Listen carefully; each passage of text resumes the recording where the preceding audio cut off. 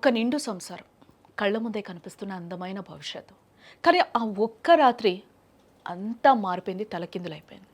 Challapalli railway పట్టాలపై ఒక software engineer తన ఇద్దరు బిడ్డలతో కలిసి మౌనంగా మృత్యు ఒడిలోకి వెళ్ళిపోయింది.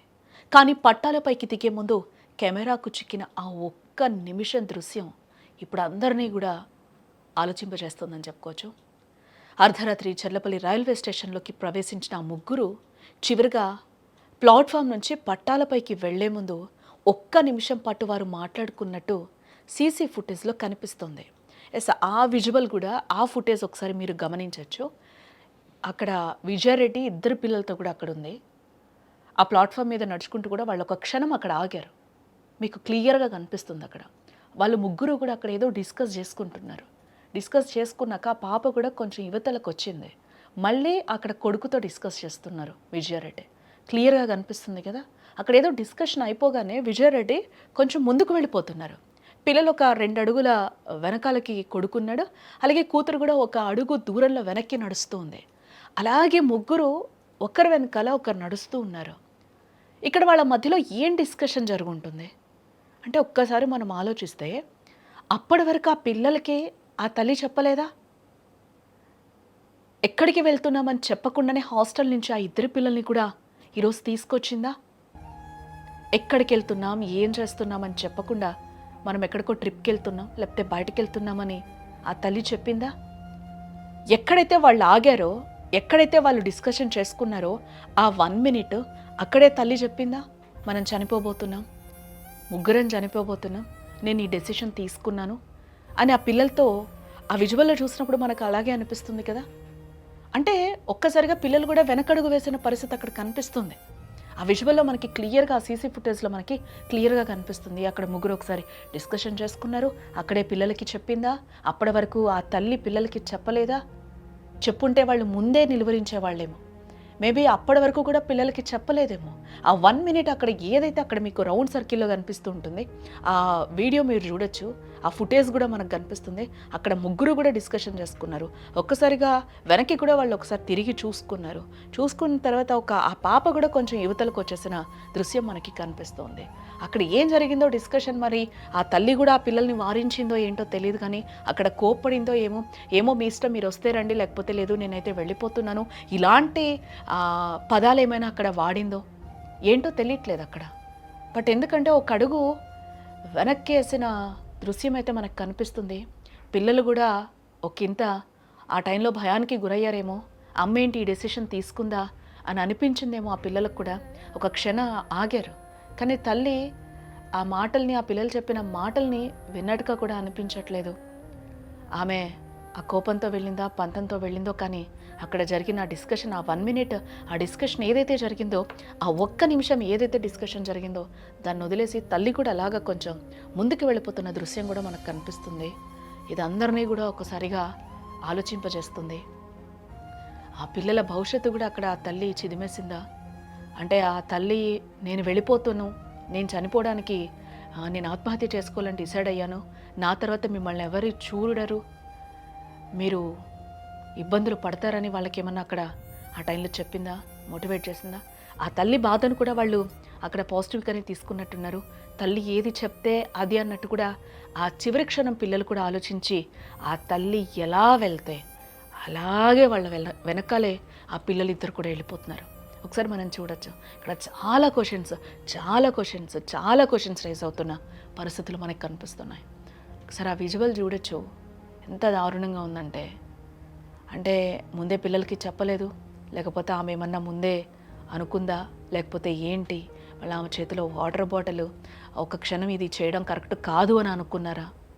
ఏం ఆలోచించారో పూర్తిగా అర్థం కాలేదు. బట్ అక్కడ ఏదో ఆ ఒక్క నిమిషం ఏదైతే ఉందో, ఆ ఒక్క నిమిషం ఆ ముగ్గురు మధ్య, ఆ తల్లి పిల్లల మధ్య డిస్కషన్ జరిగింది, ఖచ్చితంగా జరిగింది.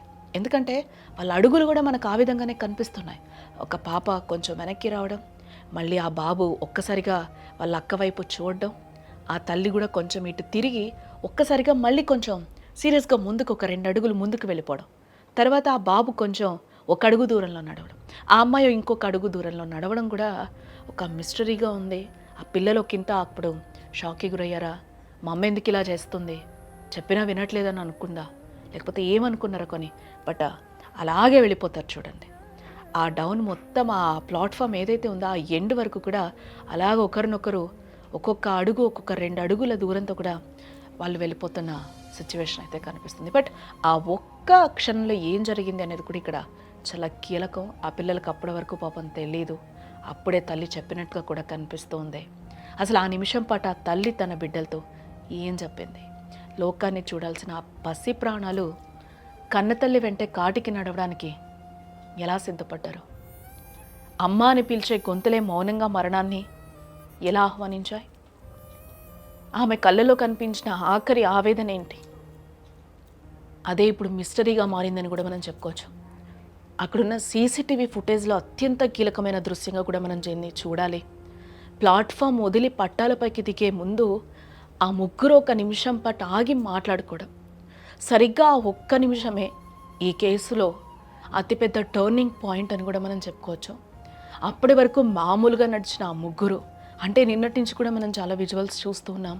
వాళ్ళు వాటర్ బాటిల్ పట్టుకొని ఆ ప్లాట్ఫామ్ మీదకి నడిచేటప్పుడు కానీ, ఆ 8-9 ప్లాట్ఫామ్స్ కావచ్చు, ఆ తల్లి చేతులు పట్టుకొని ఆ పిల్లలు నడవడం కావచ్చు. బట్ ఈరోజు వచ్చిన సీసీ ఫుటేజ్ ఆ ఒక్క నిమిషం వాళ్ళు డిస్కస్ చేసుకున్నది చాలా కీలకంగా ఇక్కడ మారిందని చెప్పుకోవచ్చు. అంటే దీన్ని బట్టి చూస్తే పిల్లలకు అప్పటి వరకు తెలీదు తల్లి ఏం చేయబోతుంది ఏంటి అనేది కూడా తెలీదు. అంటే వాళ్ళని ఎప్పట్లాగా చూడ్డానికే వచ్చింది ఆ అర్ధరాత్రికి కూడా తల్లి అని అనుకునే పిల్లలు తల్లి ఏది చెప్తే అది అన్నట్టు కూడా వెంటొచ్చినట్టుగా కనిపిస్తుంది. ఆ ముగ్గురు అక్కడ ఎందుకు ఆగారు అనేది ఇప్పుడు చిక్కని ప్రశ్నగా కూడా తెలుస్తూ ఉంది. 17-18 ఏళ్ల వయసున్న ఆ పిల్లలు అంతకుముందు వరకు సాధారణంగానే ఉన్నారు. ఇంతకుముందు నేను చెప్పినట్టు ఏ విజువల్లో చూసినా కూడా. కానీ పట్టాలపైకి వెళ్లే ముందు జరిగిన ఆ సంభాషణ తర్వాతే వారి కదలికల్లో మార్పు వచ్చినట్టుగా కూడా మనకు క్లియర్గా కనిపిస్తుంది.